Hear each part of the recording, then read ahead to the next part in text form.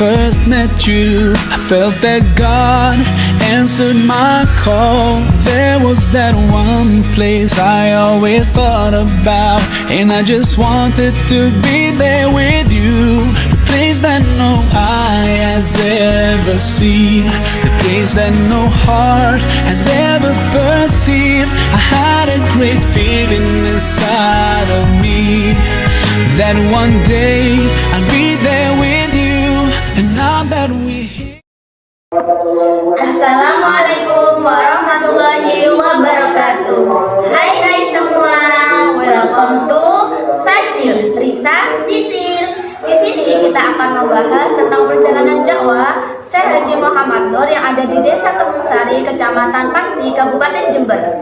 Jangan lupa tonton video ini dari awal sampai akhir ya. Oke, di sini kita bersama narasumber kita yaitu Mas Labib. Oke, teman-teman, kita bersama Mas Labib. Oke, silakan Mas Labib perkenalkan diri panjenengan. Bismillahirrahmanirrahim. Assalamualaikum warahmatullahi wabarakatuh. Waalaikumsalam warahmatullahi wabarakatuh. Bismillahirrahmanirrahim. Saya di sini Muhammad Labib Najahullah dan saya termasuk asli warga Gunung Jati. Panjenengan di sini tuh mondok atau gimana Mas? Saya di sini dulu ya karena saya masyarakat sini, jadi mulai sejak kecil ngajinya sudah di sini gitu. Tapi sekarang tempat tinggalnya di sini. Ya, tetap di sini. Tetap di sini mondoknya. Ya. Panjenengan di sini dari kecil gitu ya Mas? Iya, dari kecil. Masuk pondok bukan apa pengurus atau gimana? Ya, saya alhamdulillah untuk tahun ini diangkat menjadi pengurus madrasah. Terus kalau boleh tahu itu apa namanya adanya pondok pesantren di sini itu awalnya itu dibawa Syekh Haji Muhammad Nur atau gimana Mas? Kalau tiba-tiba ada? Ya, jadi awal mulanya pondok sini itu adalah merupakan salah satu dari dakwah metode dakwahnya Syekh Haji Muhammad Nur, yang mana beliau ini asalnya itu orang Cirebon, orang Kuningan, dekatnya Cirebon, Jawa Barat. Kemudian beliau itu rihlah dakwah, beliau itu pondok-pondok di Jawa Timur, kemudian menetap di sini. Kalau boleh tahu pondoknya Kiai Haji Muhammad Nur itu di mana Mas? Apakah di sini atau di mana? Pondoknya Syekh Haji Muhammad Nur itu banyak sekali karena beliau pindah-pindah. Karena memang zaman dulu kan belum ada kelas-kelas itu. Jadi ngajinya 3 tahun pindah-pindah pondok. Mungkin sekitar ada 8 atau 9 pondok yang pernah beliau singgah. Beliau itu kan bukan asli Jember, jadi cuma menetap di sini gitu. Ya. Apa ada orang tuanya atau gimana? Awalnya beliau di sini itu hanya sekedar ditemukan atau dikenalkan dengan salah satu kepala desa Kementerian ya, yang bernama Bapak Hasan Muhi. Ya, Bapak Hasan Muhi. Bapak Hasan Muhi ini memiliki masalah dengan orang Belanda. Itu. Kemudian Bapak Hasan Muhi menceritakan masalahnya kepada Syekh Haji Muhammad Nur. Kemudian Syekh Haji Muhammad Nur ini berhasil menyelesaikan masalah itu. Akhirnya sama Bapak Hasan Muhi, Syekh Haji Muhammad Nur dinikahkan dengan begitu. Berarti Muhammad Nur ini, Syekh Haji Muhammad Nur ini nikah dengan anaknya Pradesa tersebut. Ya, itu tapi anak mengerjakan. Terus tiba-tiba itu berarti ini tuh diwakaf apa tanah yang diwakafin dari kepala desa tersebut sampai akhirnya dipakai sama Haji Muhammad Nur atau gimana Mas? Awalnya Haji Muhammad Nur itu ketika sudah dinikahkan dengan putrinya Bapak Hasan Munyi, beliau diangkat menjadi sekretaris desa. Kemudian ketika Bapak Hasan Munyi memiliki mantu lagi, Haji Muhammad Nur mengundurkan diri. Kemudian beliau membeli sebidang tanah kira-kira 13 hektar. Dan tanah 13 hektar ini tanah ini dulunya masih berupa hutan. Jadi beliau yang membakar, kalau bahasa membakar itu beliau. Kemudian beliau mendirikan sebuah rumah sederhana, bahkan hampir mirip dengan gubuk bahasa Jawanya itu. Setelah itu tahun 1878 kejadian itu. Kemudian beliau setelah menetap di sini, beliau kerja dengan pertanian dan seperti orang kampung biasanya. Karena di sini belum ada yang tinggal, belum ada masyarakat. Jadi beliau itu semua itu serba mandiri lah. Tapi dengan ketekunan dan kerajinan beliau, akhirnya lingkungan yang pertamanya angker itu menjadi lingkungan yang asli, sehingga masyarakat sekitar itu banyak yang berkunjung di sini. Kemudian anak-anak kecil juga banyak yang bermain. Akhirnya tahun 1900 Haji Muhammad Nur mendirikan sebuah musola untuk tempat berjamaah dan mengajar anak, karena sudah pada tahun itu Haji Muhammad Nur sudah menganggap bahwa pendekatan dengan masyarakat ini berhasil. Jadi berarti itu termasuknya perbedaan yang banyak gitu. Terus saya tuh lihat-lihat di website itu ya Mas, di website itu tertara kalau si Haji Muhammad Nur itu pernah sama orang Belanda. Emang iya? Kalau masalah perang secara langsung saya belum pernah dengar.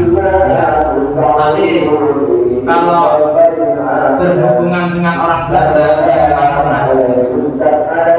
Jadi memang Haji Muhammad Nur setelah membangun musola ini, mendidik anak-anak di sini, kemudian semakin lama semakin banyak orang yang kesini, semakin banyak santrinya. Akhirnya beliau membangun masjid. Ya, masjidnya ini. Itu maksudnya apa? Kalau ukurannya itu yang di dalam nih, bukan di dalam. Yang aslinya awalnya itu. Awalnya itu. Jadi ini tambahan sejak pergantian generasi. Keseluruhan ya.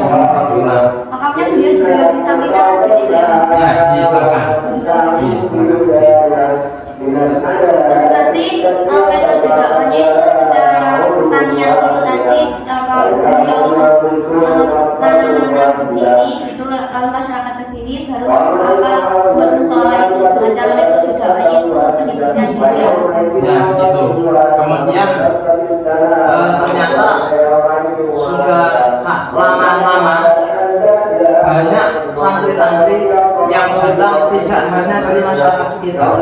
Akhirnya ada yang dari Banyuwangi, Bondowoso, Jawa Tengah, bahkan Sumatera dan Jawa Barat. Akhirnya beliau membuat jalur, karena di sini kan ada sungai ini, dibuatkan jembatan. Kemudian untuk santri-santri yang jauh ini beliau bangun pondok. Jadi pondok ini memang untuk menginap santri-santri yang jauh. Berarti nggak cuma dari area juga aja ya, meluas berarti. Ya, meluas. Terus strategi beliau dalam berdakwah itu gimana Mas? Strategi beliau dalam berdakwah itu salah satunya ya begini, ya seperti yang saya ceritakan ini. Dan ada lagi yaitu beliau itu biasanya bukan biasanya, ya, beliau itu memiliki istri lebih dari 4. Istri beliau itu 6. Ya, tapi tentu saja 6 ini tidak langsung, karena kan dalam syariat Islam tidak boleh. 4 baru nanti kalau sudah cerai 2 atau meninggal 1 boleh tambah. Nah, setiap istrinya beliau ini sama beliau, setiap rumahnya kan berbeda-beda. Ada yang di sini, ada yang di Madia, ada di Gilemong, Banyuwangi, ada juga di Jongkaji. Itu setiap istri sama beliau diberi musola atau masjid, biar masyarakat di situ berjamaah di situ. Ya, bermanfaat untuk masyarakat Iya. gitu ya Mas ya. Jadi sangat adil ya beliau sama istri-istrinya juga. Buat istrinya itu jumlah semua gitu. Tidak, ada yang di Lemor, ada yang di Lemor sama ada yang di Ambulu tak saya Jember gitu. Oh iya. Ya. Berarti aslinya itu enggak dari Jember semuanya istrinya ya Mas. Terus yang di sini itu pengasuh pondoknya itu anaknya Syekh Haji Muhammad Riano berapa? Kalau sekarang itu generasi ketiga. Ya, generasi ketiga dari Jawa. Ngomong-ngomong masalah pesantren, Mas barusan kan telah dibicarakan gitu ya, pengasuhnya itu pengasuhnya di sini Siapa saja? Kalau yang pertama itu Syekh Muhammad Baru sebagai pendiri, kemudian beliau wafat tahun 1946, digantikan dengan menantunya yang bernama Kiai Koni. Ya, Kiai Koni atau biasa disebut dengan Kiai Nawawi. Terus kemudian setelah beliau meninggal tahun 1963 kalau tidak salah, digantikan oleh menantunya lagi, yaitu Kiai Sanwani, Kiai Hasan Wali. Setelah Kiai Hasan Wali meninggal, digantikan oleh putranya, yaitu Kiai Ajuni. Setelah Kiai Ajuni meninggal, diganti oleh adiknya yang bernama Kiai Mansur, yang saat ini memangkas rumah. Beliau termasuk ulama yang terpandang di sini ya Mas. Ya, alhamdulillah ya. Ya karena memang sejak zaman Syekh Haji Muhammad Nur, Syekh Haji Muhammad Nur itu termasuk ulama yang sangat terkenal di masyarakat Bismillah pada masanya. Karena beliau tidak hanya terkenal sebagai ulama, akan tetapi beliau lebih terkenal sebagai seorang yang wali, sebagai waliullah yang memiliki banyak kaum. Sehingga para ulama-ulama banyak yang datang ke sini mengambil barokah beliau. Kalau boleh tahu trauma yang panjenengan tahu dari saya ini Di antara kaum yang banyak itu ada suatu kisah ketika Syekh Haji Muhammad Nur ini membeli kopi dari masyarakat sekitar sampai bertumpuk-tumpuk. Itu kemudian ada orang yang dengki, iri dengan beliau, kemudian melapor kepada Belanda. Orangnya ini melapor bahwa kopi yang dibeli oleh Syekh Haji Muhammad Nur itu merupakan hasil curian dari Belanda gitu. Akhirnya orang Belanda datang ke sini, datang ke dalamnya beliau, terus Belanda itu menusuk kantong, mengecek isi karungnya. Ketika dicek, ditusuk, yang keluar kacang. Enggak kopi, yang keluar kacang. Kemudian ditusuk karungnya satunya lagi, kacang lagi. Begitu terus. Tapi ketika pas Belanda ini pulang, menjadi kopi lagi. Itu sebagian dari kaum beliau. Ya. Ada lagi kaum beliau yang sangat terkenal, yaitu kitab yang disebut dengan kitab Bani 12. Ini kalau masyarakat sini sudah tidak asing lagi dengan kitab itu, karena kitab ini dulunya pernah membuat ulama sejawa geger karena kitab ini, karena bahasa yang unik dan metode dakwahnya yang mungkin aneh kalau menurut orang-orang yang belum kenal. Akhirnya ulama-ulama pun menganggap ada yang sebagian ikut gitu saja, ada sebagian yang mengatakan sesat. Sehingga Syekh Haji Muhammad Nur pernah ditemukan dengan 173 ulama. Ya. Kemudian itu kumpul di Rambi. Ya, Rambi di situ. Nah, di situ Bapak Bupati, entah namanya apa dulu kalau zaman kolonial. Bupati yang dulu gitu Ya, Bupati yang dulu itu berkata ke Haji Mamadot, jenengan monggo kiai jenengan terangkan. Kalau nanti jenengan ditanya nggak bisa, tolong kitab ini sudah tidak usah diajarkan lagi, dihanguskan. Ternyata beliau bisa menjawab semuanya dengan baik dan lancar. Bahasa unik, bahasa unik itu kayak gimana? Pakai bahasa Jawa. Pakai bahasa Jawa ya, dan lagunya pun ada ciri khas sendiri-sendiri. Ya, ada syairnya juga. Ya, banyak syair. Berarti pakai bahasa Jawa halus. Ya, Jawa. Nah, sampai sekarang masih dibuat ngaji sama Ya, masih tetap. Dan semua dan hampir seluruh murid-murid beliau dan murid-murid generasi beliau yang menyebar di mana-mana itu yang tetap mengamalkan kitab. Kalau santri-santri beliau yang jauh yang pernah pakai kitab itu yang ada di daerah Ada di daerah Tanggul namanya Kiai Haji Siratul Mustaqim. Beliau termasuk sahabat akrabnya Haji Muhammad Nur.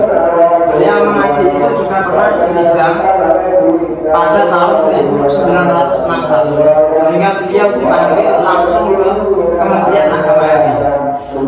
Nah, ya, kementerian. Akhirnya sejak itulah B12 sudah boleh disebarkan di seluruh Indonesia. Kemudian ada lagi Kiai Imam Puro, murid beliau atau sahabat beliau dari daerah Banyuwangi, juga berhadapan dengan ratusan ulama dan alhamdulillah juga lancar.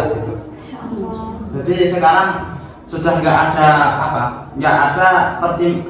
yang berani sudah, karena oleh Kementerian Agama RI kalau nggak salah apa itu saya lupa namanya. Pokok di sana itu sudah ditulis bahwa B12 boleh disebarkan. Berarti termasuk metode bawahnya ya. Berarti masyarakat sini juga udah tahu kalau B12 itu yang bikin itu bisa Haji Muhammad. Kalau B12 itu sifatnya bukan karangan. Jadi B12 itu kalau menurut ilmu kewalian ya adalah ilmu yang diberikan Allah secara langsung tanpa harus belajar, atau disebut dengan ilmu ilham. Kalau boleh tahu di B12 itu mengajarkan tentang apa aja Mas? Kalau di B12 itu cenderungnya banyak ke tauhid kalau menurut saya. Bahas tentang tauhid. Tauhid ya, tauhid. Hanya saja karena bahasanya mungkin agak berbeda, akhirnya mungkin masyarakat ya agak keliru kalau apa maknanya gitu ya maknanya. Kalau nggak tahu sampai dulu gitu. Ya. Terus ada tantangan nggak Mas saat apa saya Haji Muhammad Nur ini saat berdakwah? Saat berdakwah. Kalau tantangan mungkin yaitu kontroversi antar ulama dalam kitab B12 itu. Saat Ya, pembuatan saat. B12 itu. Ya, saat santri-santri dan ulama-ulama yang pro dengan Haji Muhammad Nur ini kontra dengan kelompok sebelahnya, Ulama-ulama yang lain. ulama yang lain. Karena memang dulu santri-santri dan ulama-ulama yang menetap di sini itu belum berani mengatakan kalau Mbah Yai Nur ini sebagai waliullah gitu. Kemudian ada sedikit cerita yaitu dari ulama asal Mekah yang bernama Sayyid Hasan dan Sayyid Abdurrahman. Yang mana Sayyid Hasan ini beliau berdoa di samping Ka'bah di bawah talang emas. Beliau berdoa minta petunjuk pada Allah siapa aliran mana yang sekarang ini patut untuk diikuti, atau kiai siapa yang patut jadi panutan gitu, yang masih mengikuti jejak Rasulullah gitu. Kemudian beliau mimpi bertemu Rasulullah dan di belakang Rasulullah itu ada Mbah Yai Nur ini. Kemudian Rasulullah menunjuk Mbah Yai Nur seraya bersabda, ini zaman hak bagimu, ikutilah orang ini, carilah di Pulau Jawa gitu. Akhirnya Sayyid Hasan ini mengadukan ke salah satu ulama tersohor di Mekah yang bernama Sayyid Abdurrahman. Ternyata jawaban Abdurrahman, ini adalah mimpi yang benar, kita wajib datang karena perintah Rasulullah. Ini beliau ini merupakan walillah kutubul ghaus, atau bahasanya itu raja dari para raja. Kalau untuk tantangan di masyarakat ini juga ada. Masyarakat udah senang banget gitu atas ajaran beliau yang ada di sini. Ya, kalau sekarang sudah tidak ada yang mempermasalahkan. Hampir semua di Jember sudah tidak asing dengan nama beliau. Tapi kalau ada masa seperti Mekah sendiri, itu memang masih ada tetangga-tetangga yang masih ya hanya sekedar mengejek-ejek gitu, ya mengejek.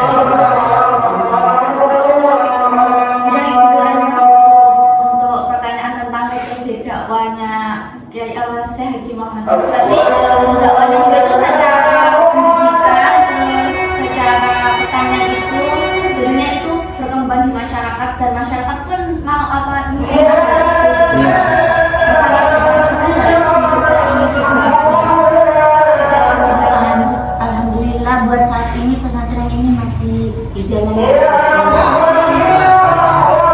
Alhamdulillah ini kan termasuk pesantren tertua di Jember. Ini termasuk pesantren salafi. Ya, termasuk.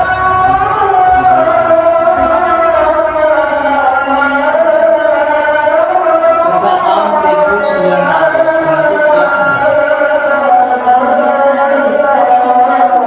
ya sudah 13 tahun. Terus kalau saya baca-baca di website tuh katanya nah ini tuh sangat banget ya mas. Kayak biasanya itu cuma saluran sama takoran gitu aja gitu. Kalau sifat kesederhanaan beliau itu, kalau saya belum pernah mendengar ya, cuma ya memang beliau itu apa ya, kalau memiliki prinsip sedikit bicara, kemudian berpakaian seadanya gitu, dan tidak makan kecuali hanya seperlunya saja, tidak minum kecuali hanya seperlunya saja, dan itu pokok intinya beliau itu perkara-perkara yang mubah, yang tidak mengapa-ngapa atau tidak menjerumuskan ke dosa, itu beliau sedikit. Jadi sedikit dalam perkara-perkara yang kurang begitu. Udah gitu aja deh. Iya. Banyak atas waktunya kebanyakan untuk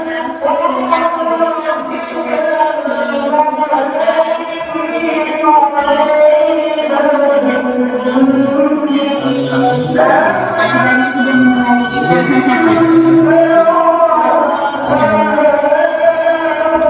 Oke nih Cil, apa namanya, kita udah wawancara dengan narasumber kita yaitu Mas Labib ya tadi ya.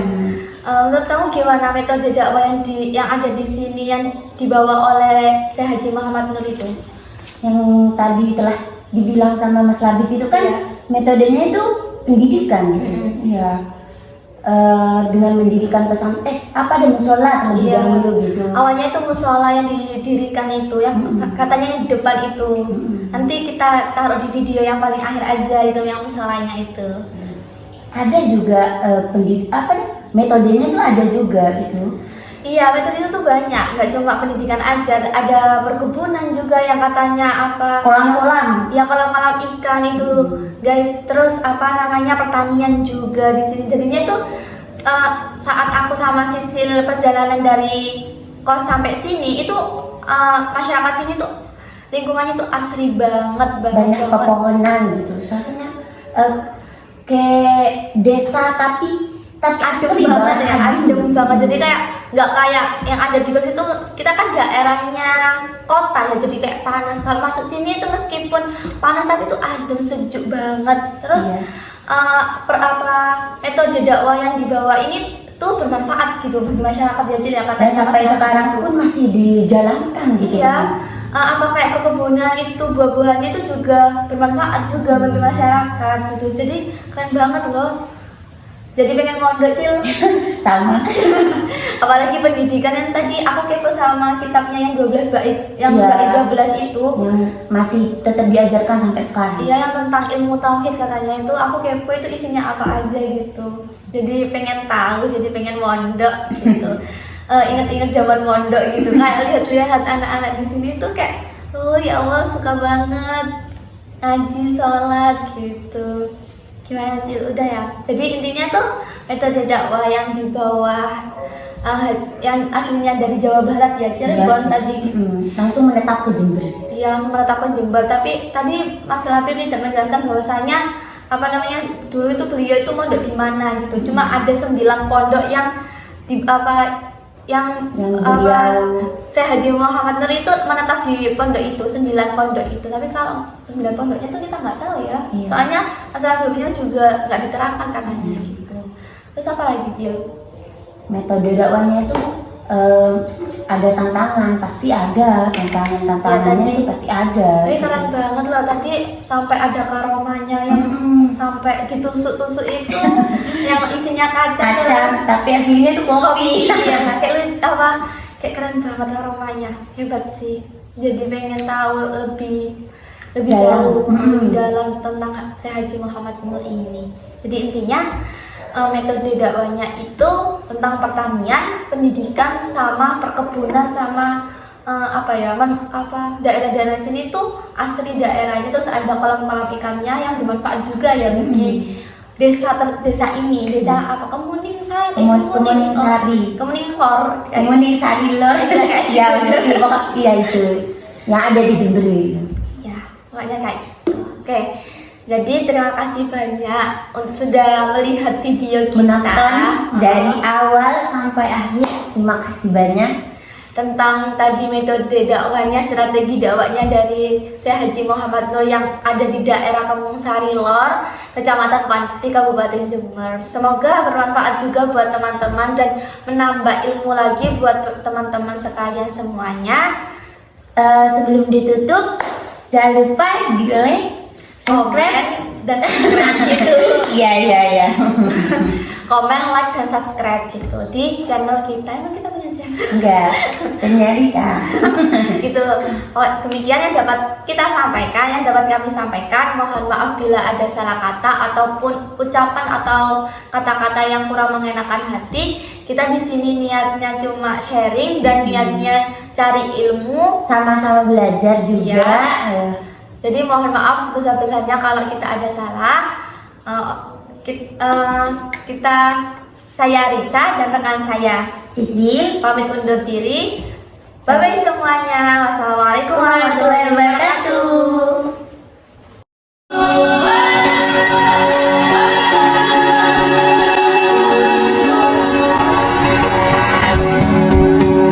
You said we must be doing it wrong.